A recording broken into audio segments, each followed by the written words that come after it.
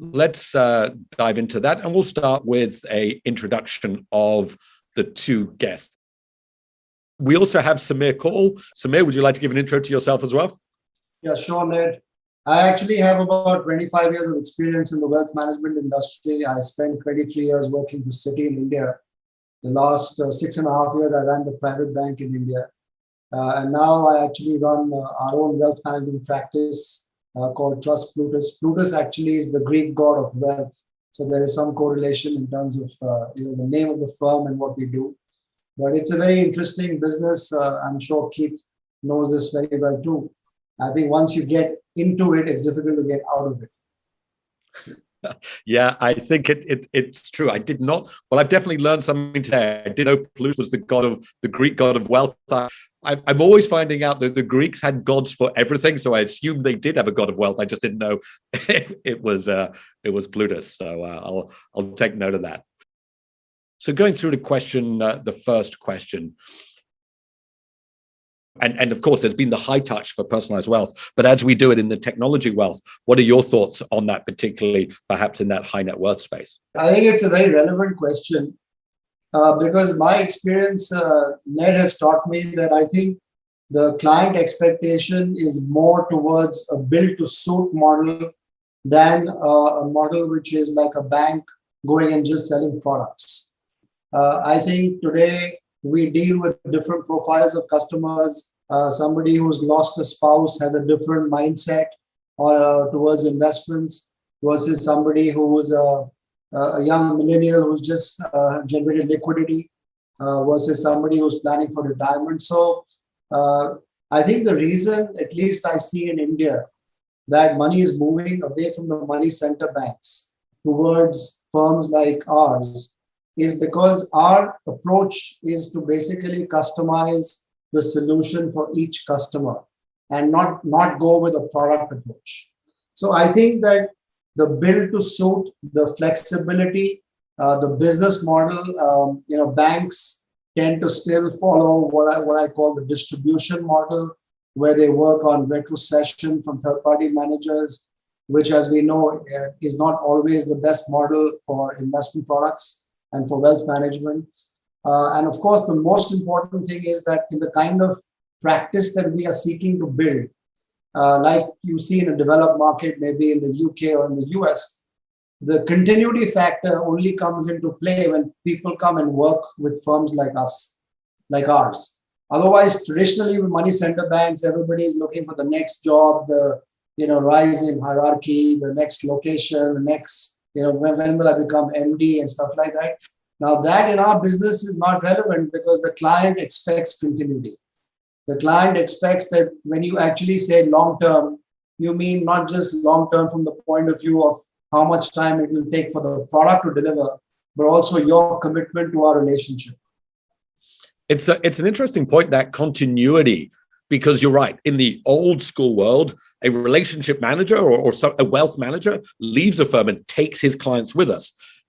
Is that a reality in the new technical world, the new digital world? Because somebody's going to say, look, I'm still using this digital platform. It's an interesting point, that kind of continuity side of it. Because I think that you may call me old school, but the fact of the matter is that I see in this business that the trust factor comes with the individual who's serving the client, right? And I don't think you can ever replace that. You can complement the effort of the individual through technology.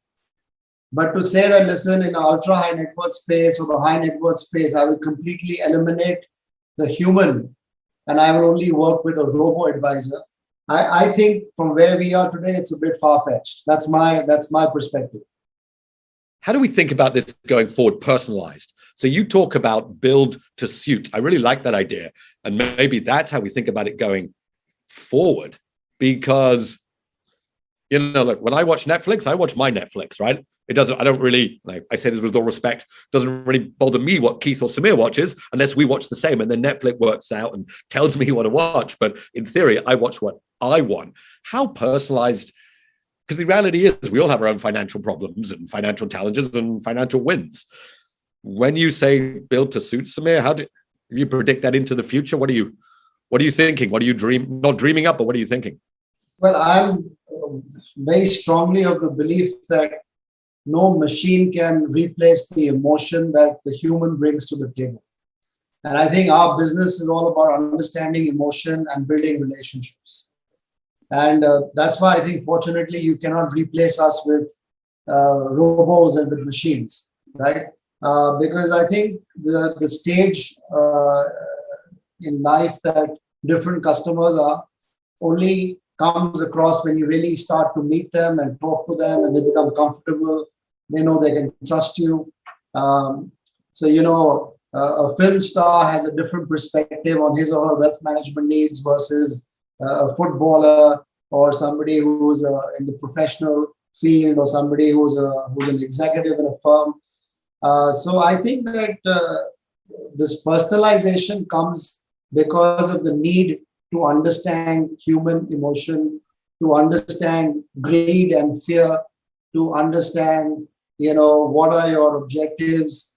In a market like this, which is like going up every day, I don't think people give too much credence to these things, but we have seen these cycles so many times in the past 25 years that we know that the times will change, and we know that people who are advisors will be more appreciated when you don't have this one-way street in terms of how the markets are going up, and then there will be value attached to advice. But the basic question and the basic perspective, Ned, is that you cannot replace the human emotion and the ability to understand that emotion with a machine. The kind of customer engagement, and we use the word confidence in the institution. You use the word trust, same thing, right? Like I think that's without doubt. So, from what you're doing, how do you see that as an institution ensuring you have the right level of engagement and confidence?